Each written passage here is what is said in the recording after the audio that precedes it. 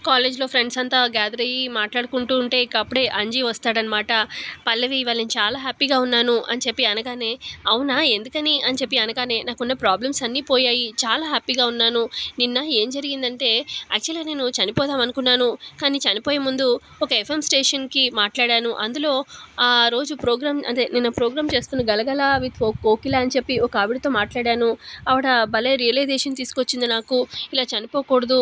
Parents నీ మీద ఎంత హోప్ పెట్టుకుంటారు అని చెప్పి మా నాన్న ముందే నేను చేసిన తప్పు చెప్పి మా నాన్నతో నాకు నేను సారీ చెప్పాను మా నాన్నకి. మా నాన్న కూడా నన్ను అర్థం చేసుకున్నాడు. నేనేమో బెట్టింగ్ యాప్స్‌లో అలా మనీ అంతా పెట్టేసరికి మొత్తం పోయేసరికి యాక్చువల్‌గా చనిపోదాం అనుకున్నాను. కానీ నాకు మా పేరెంట్స్ విలువ తెలిసేలాగా వాళ్ళు నేను చనిపోతే వాళ్ళెంత బాధపడతారనేది తెలిసేలాగా నాకు 'గలగల విత్ కోకిల' ఆవిడ మాట్లాడేసరికి నాకు అంత మంచిగా జరిగింది అని చెప్పి మొత్తం అంజి తన హ్యాపీనెస్ చెప్తూ ఉంటే, "అవునా?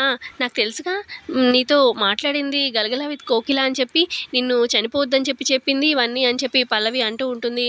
ఏంటి పల్లవికెలా తెలుసు అని చెప్పి అటు చరణ్, ఇటు అక్షిత, భువన, చంటి చూస్తూ ఉంటారనమాట.